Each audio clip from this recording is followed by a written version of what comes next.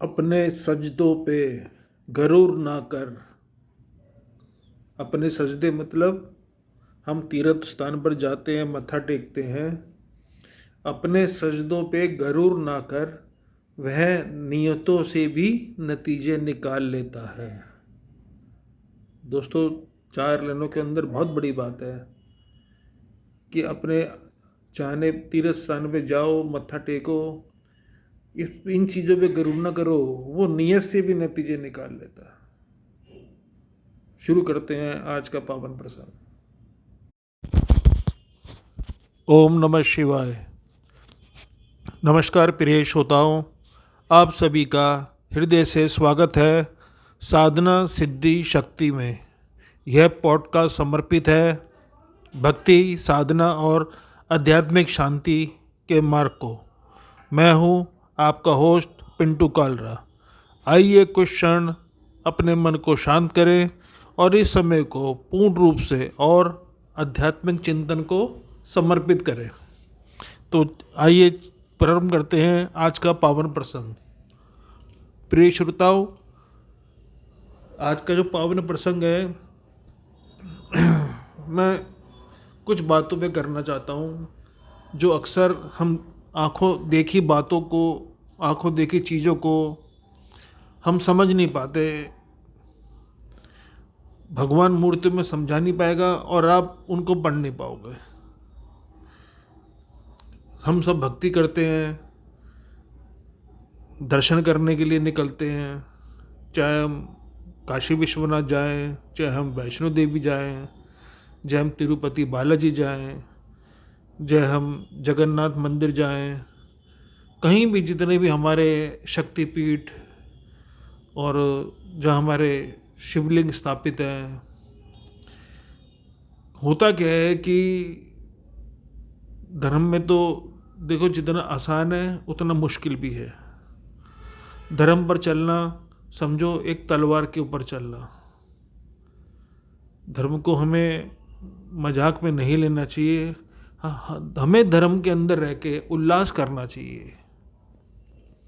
होता क्या दोस्तों, अक्सर मैं देखता हूँ एक बोलचाल में लोगों की कॉमन बोलचाल है, अरे यार हम काशी विश्वनाथ घूमने गए थे, हम वहाँ उस जगह पे हम घूमने गए थे। अरे भाई ये नहीं बोलना। हम काशी विश्वनाथ गए थे दर्शन करने के लिए, हम वहाँ घूमे, हम ये करें।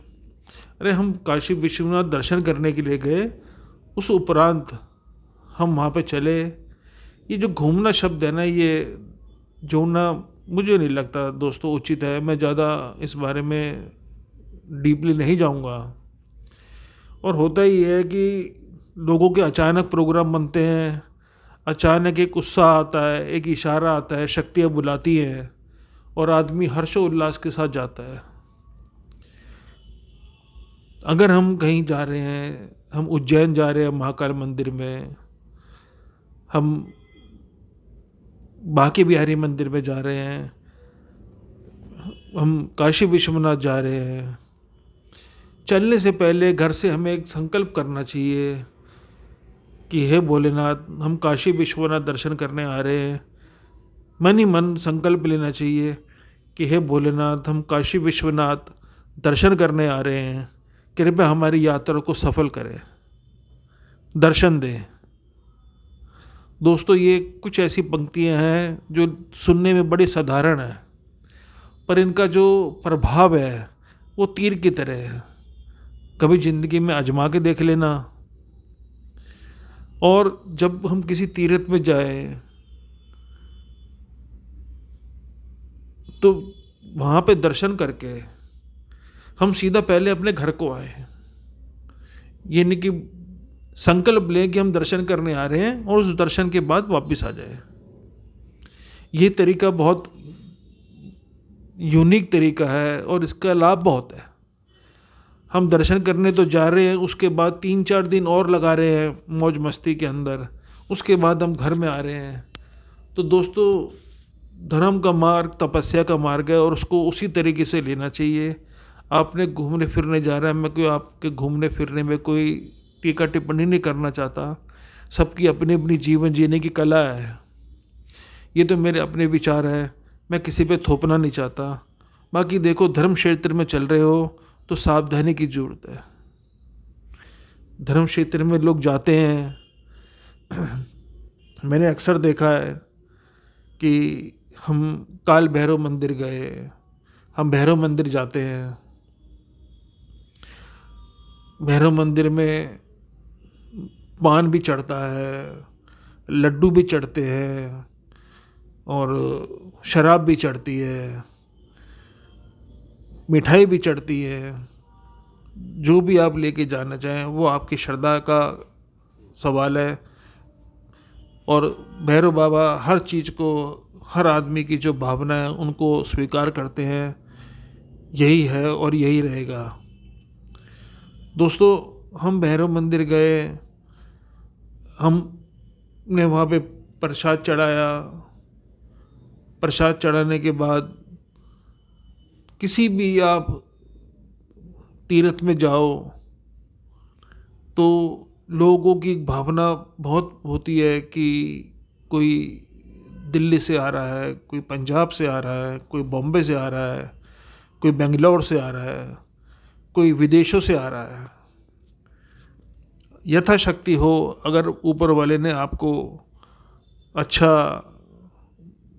पैसा दिया है, धन की उपलब्धता है आपके पास, तो वहाँ पे कुछ एक खाने का, वहाँ पे लोगों में प्रसाद का वितरण जरूर करें। और दोस्तों, एक चीज़ मैंने देखी है कि अगर वहाँ पे लोग भंडारा लगाते हैं, श्रद्धालुओं को खाना बांटते हैं, अगर कोई पशु बीच में आ जाए तो उसको हम मार कर, हड़का कर बाहर निकाल देते हैं। दोस्त, ये सबसे बड़ी गलती है यार, मेरा मानना है। आप पशुओं का तिरस्कार नहीं कर सकते। आप अगर आप भंडारा कर रहे हैं कहीं भी हो अपने भगवान के नाम का, जरूरी नहीं कि आप किसी सिद्ध पीठ में जाके करें। आप अपने गली में भी करते हो, अपनी सोसाइटी में भी करते हो, अपने जहाँ आपका निवास है, आपकी मार्केटें हैं, सब लोग मिलके या कोई पर्सनली भी कराता है। तो दोस्तों, जितने भी पशु आते हैं उस बीच के अंदर, आप उनको नकार देते हो यार। ये सबसे बड़ी गलती है। बुरी तरीके से हड़काते हो, कोई कुत्ता आ जाए, कोई गाय आ जाए, कोनियाँ मार मार के उसको हड़काते हो कि कहीं वो खा ना ले। अरे अगर पशु आ गया, उसको भी दो पूड़ी अगर साइड में डाल के दे दोगे तो बुराई क्या है। ये तो हम इंतजाम पहले से करके रखो। देखो, हमारे जितने भी देवी देवताओं के चित्र है दोस्तों, एक सामने सामने चीज़ हमें दिखती है, पर हम फिर भी उसको नहीं समझ पाते। जितने भी देवी देवताओं की फ़ोटो है जो हमारे पास, उनके प्रतीक चिन्ह हैं, हम उनको घर के अंदर रखते हैं, पूजा करते हैं। आपने एक चीज़ नोट करी कि जितने भी देवी देवता हैं, सब किसी न किसी पक्षी के साथ और पशु के साथ दिखाई देते हैं, अस्त्रों शस्त्रों में दिखाई देते हैं, किसी मनुष्य के साथ नहीं दिखाई देते। क्या है इसका मतलब? इसका मतलब ये है कि देवी देवताओं के साथ हमेशा उनकी सवारी, उनका साथ, उनका चलना, हमेशा कोई ना कोई एक ऐसा पक्षी या कोई ऐसा पशु उनके साथ रहा है, और हम उसी को समझ ही नहीं पाते। अगर मुझे ये पता चल जाए ना कि ये सामने से जो कुत्ता आ रहा है, मैं अपनी बात कर रहा हूँ, ये जो सामने से जो कुत्ता आ रहा है, अगर मुझे पता चल जाए ना यार ये कि काशी विश्वनाथ की गलियों में रहता है, ये काल भैरव की गलियों में रहता है, वहाँ पे विचरण करता है, तो मैं तो उसी के पैर पकड़ लूँ यार। मेरे तो भाव ऐसे हैं भाई,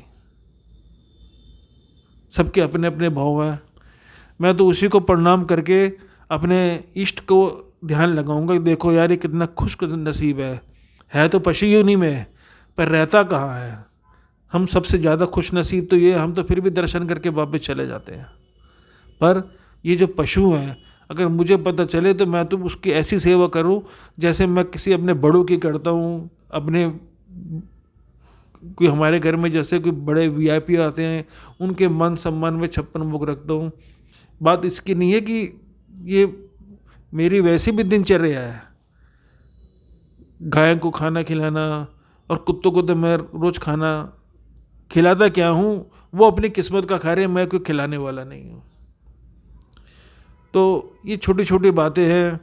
आप घर से जाएं, संकल्प करके जाएं, यथासंभव हो आसपास के जो आपको वहाँ पशु पक्षी दिख रहे हैं, बंदर हैं, कोई काटता नहीं है। अगर आप खिलाने के जाओगे ना, आपकी नीयत है, तो कोई काटेगा नहीं आपको।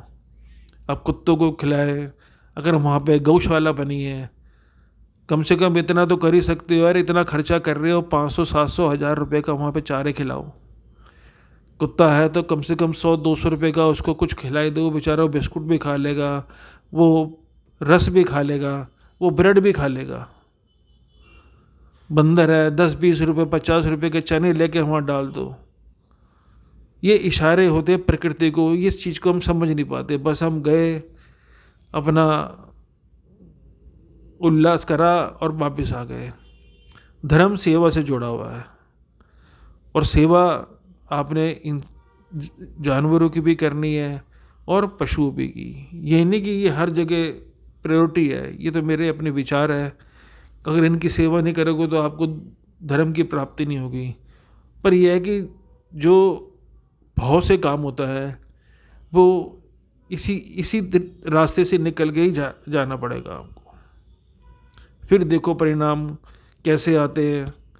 लगातार पक्षियों को, तोतों को, चिड़ियों को, कुत्तों को, गाय को, उनको खाना खिला सकते हो खिलाइए, पक्षियों को दाना डाल सकते हो डालिए।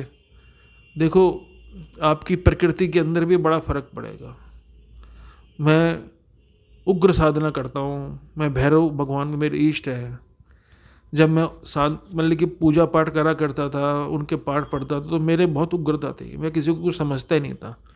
पर धीरे धीरे पशु पक्षियों की जब मैं